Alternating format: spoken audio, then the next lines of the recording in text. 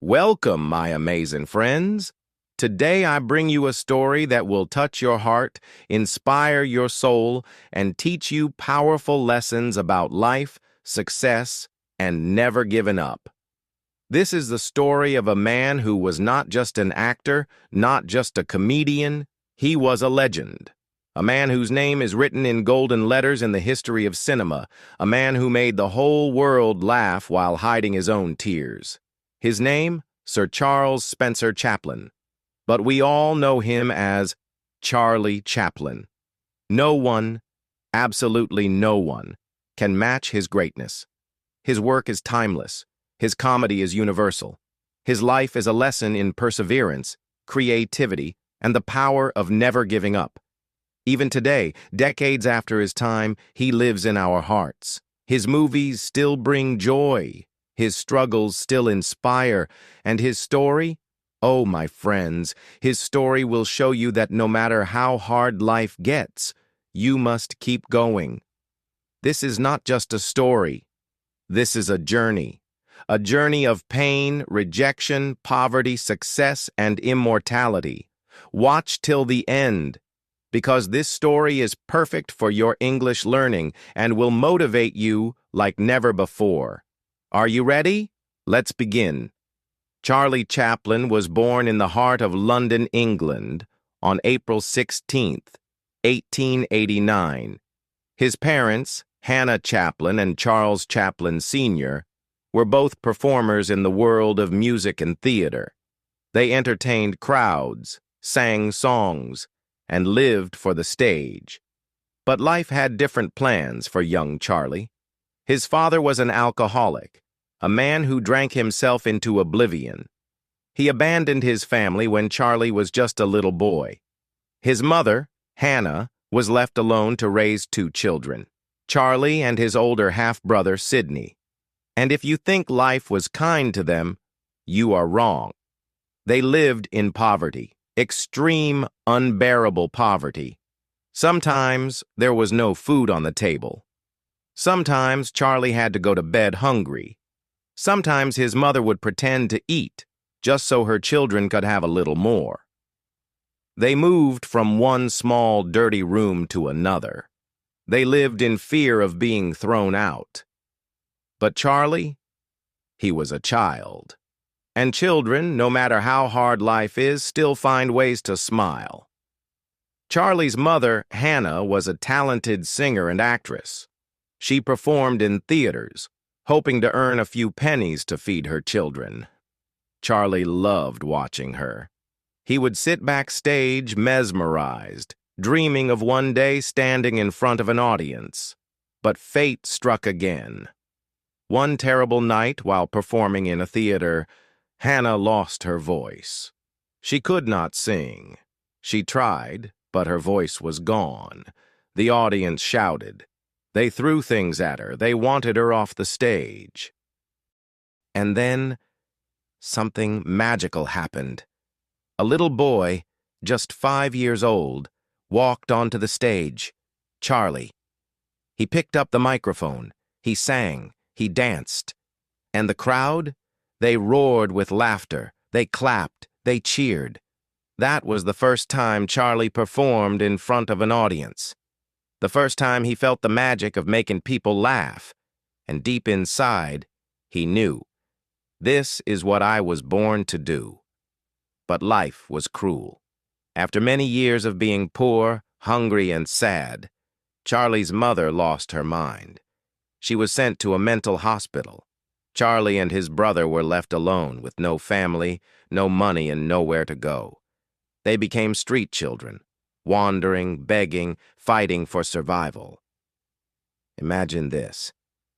A small boy, cold and hungry, walking the streets of London, looking through trash cans for food. That was Charlie Chaplin. But did he give up? No. Did he lose hope? Never. He kept going, because he had a dream. And my friends, this is where his real journey begins. Charlie Chaplin was now just a small, hungry, and abandoned boy walking the streets of London. He had no home, no parents to care for him, no money, and no idea where his next meal would come from. He and his older brother Sidney were forced to live in workhouses, terrible places where poor people were sent to work in exchange for food and shelter. These places were cold, cruel, and full of suffering. Charlie was just 7 years old when he first entered one of these workhouses. Imagine a child, so small, so innocent, being thrown into a world of hard labor and pain.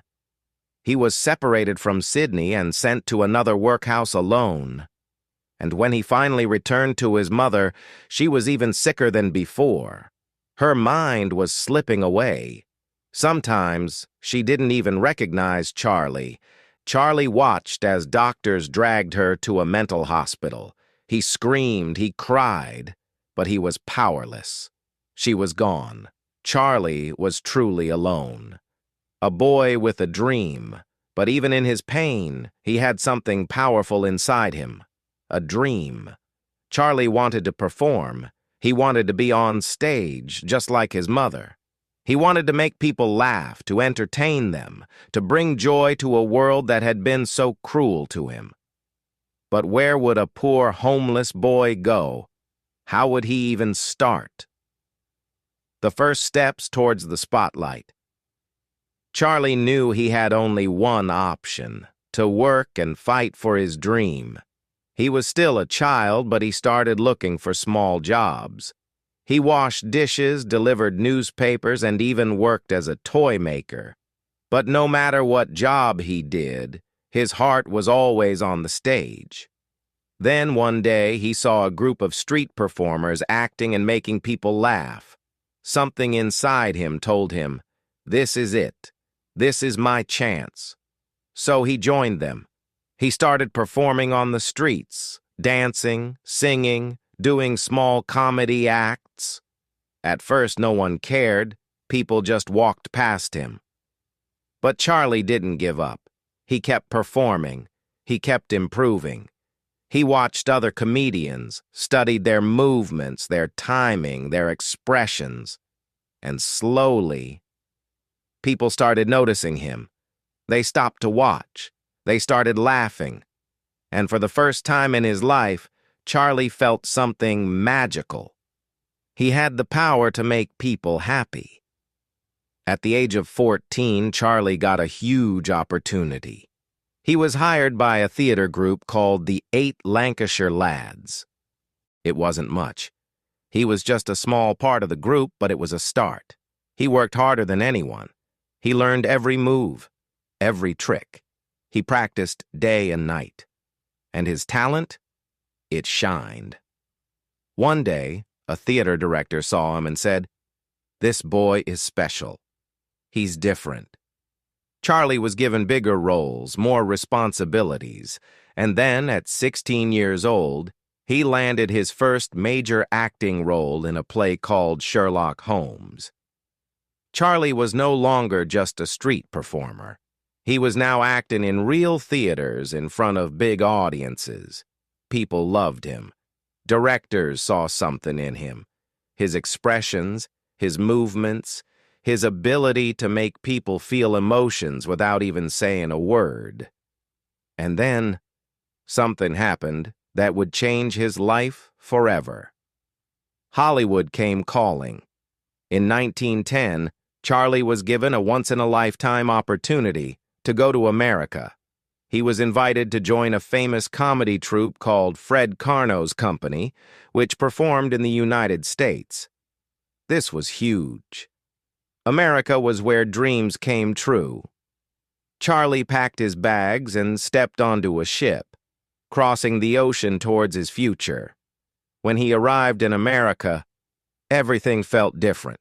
The streets were bigger, the people were louder, the energy was electric, and most importantly, Hollywood was there.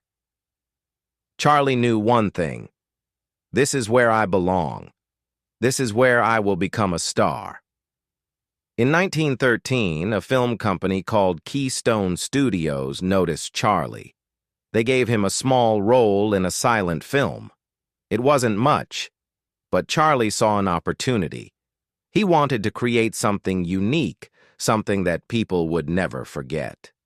And so, he created a character, a small man in oversized clothes, a tight coat, a funny little hat, a tiny mustache, and the most famous walk in the world, the tramp. This character would go on to become one of the most iconic figures in the history of cinema. At first, people didn't understand the character. But when Charlie performed, when he moved, when he made people laugh without speaking a single word, the world fell in love. Charlie's films started becoming popular. Producers begged him to make more. Studios offered him huge amounts of money. And in just a few years, the poor boy from the streets of London had become the biggest star in the world. By 1917, Charlie Chaplin was not just famous, he was a phenomenon. People stood in long lines just to watch his movies. His face was printed on posters, newspapers, magazines. He was loved in every country, every language, every culture. And he was just getting started. But behind all the fame, behind all the laughter, Charlie was still the same boy. The boy who once starved on the streets. The boy who once cried for his mother. The boy who never gave up. Charlie Chaplin had finally made it. The poor, hungry boy from London streets was now the biggest movie star in the world. He was not just famous, he was loved. Millions of people watched his movies. They laughed, they cried, they cheered. But behind all the success, Charlie knew something. This was just the beginning. Now he wanted more. He didn't just want to act. He wanted to control everything. The stories, the direction, the music, the emotions. He wanted to create movies his way, but Hollywood didn't like that. At that time, actors were controlled by movie studios. The studios told them what to do, how to act, and even what movies to make. But Charlie Chaplin was different. He said, "No one will control me. I will make my own movies, my way." And so, in 1918, he did something that shocked the whole industry. He built his own studio, Chaplin Studios. Now, he was his own boss. He could create whatever he wanted and no one could stop him. This was a game changer.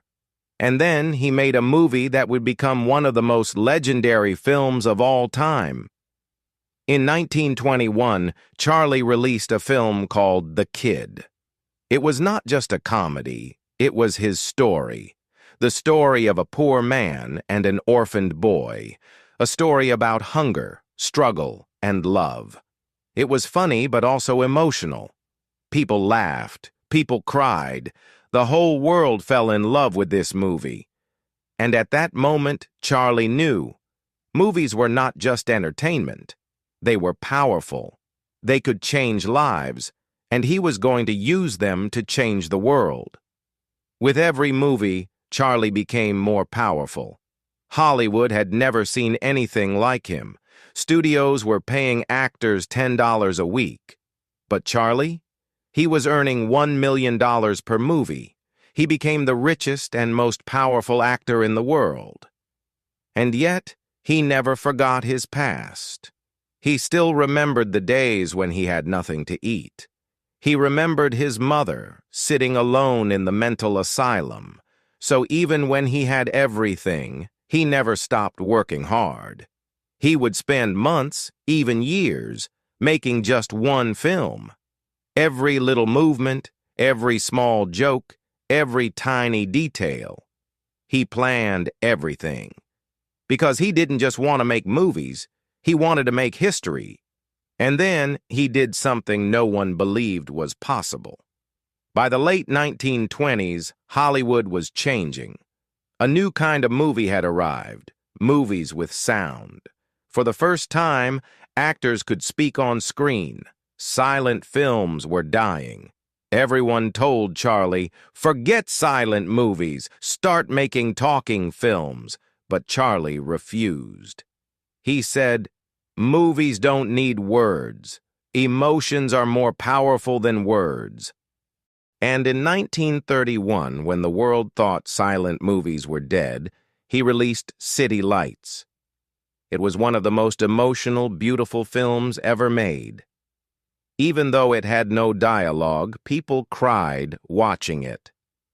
The final scene, where Charlie's character looks at a blind girl, it is one of the greatest moments in film history. Even today, people call it the greatest silent movie ever made. And with this movie, Charlie proved that emotions speak louder than words.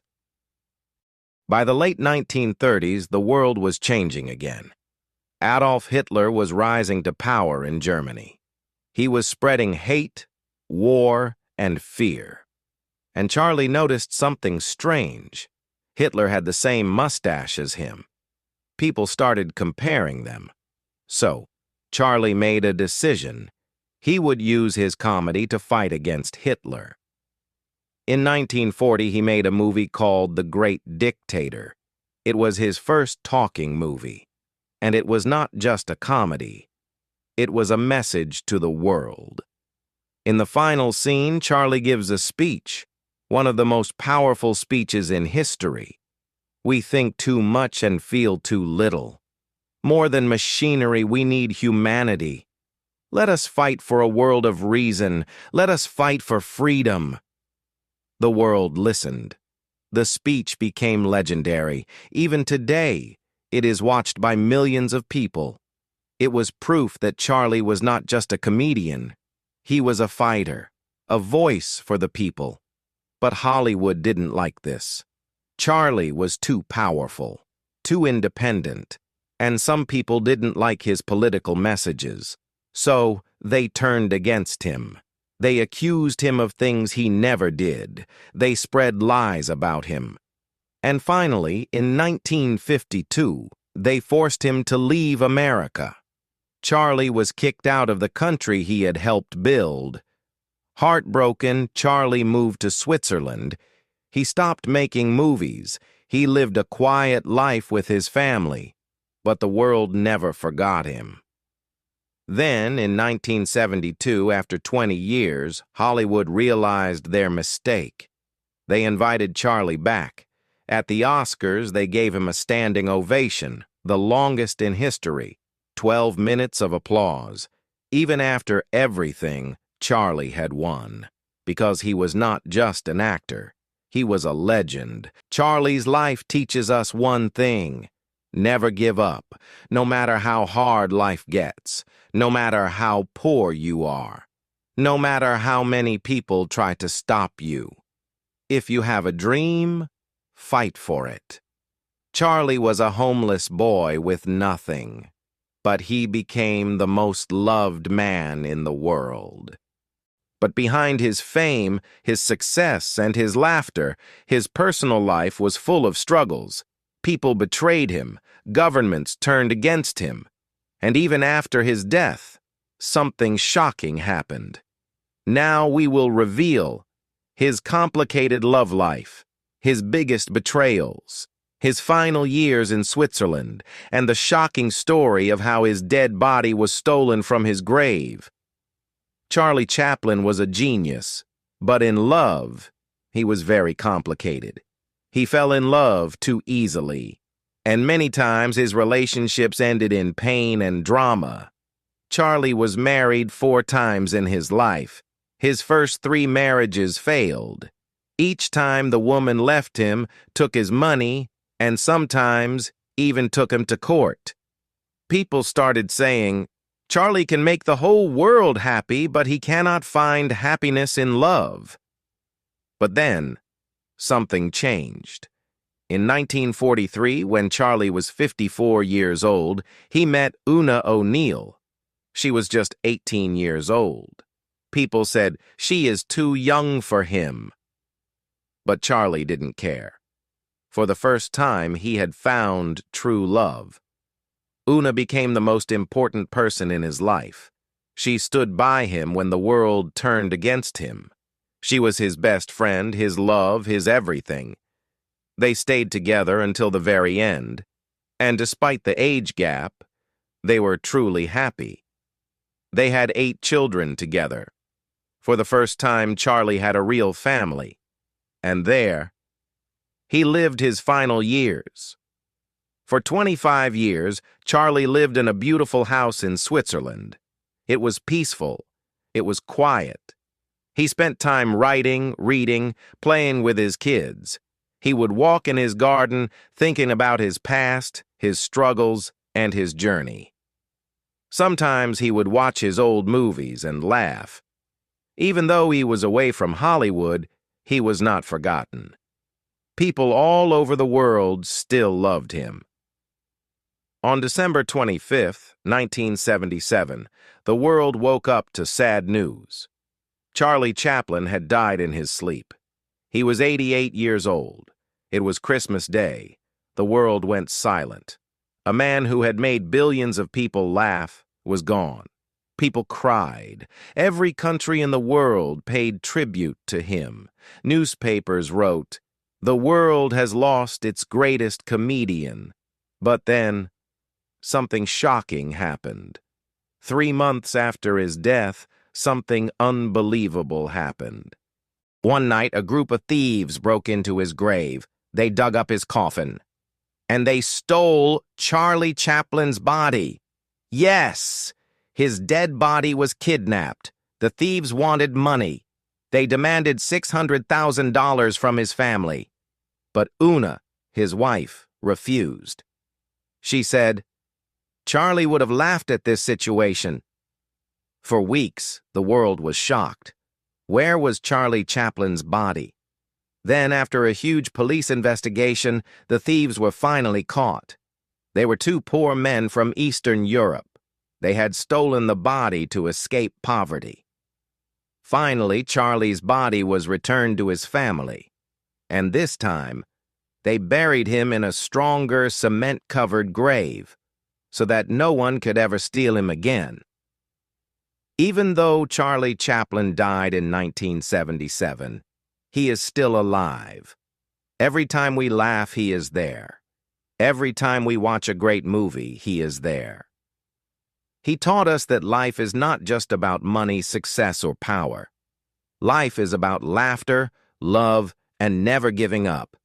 Even when he had nothing, he never lost hope. Even when the world turned against him, he never stopped fighting. Charlie Chaplin is not just a name. He is an emotion. He is the greatest comedian in history, and his story will inspire generations to come. So if he can do it, so can you. Dream big, work hard, and one day, your story will inspire the world. Charlie Chaplin's story is over, but his lessons, his movies, and his spirit will live forever. If you loved this story, share it with the world, because Charlie's message must never be forgotten. And always remember his most famous words: "A day without laughter is a day wasted." Thank you, Charlie. We will never forget you.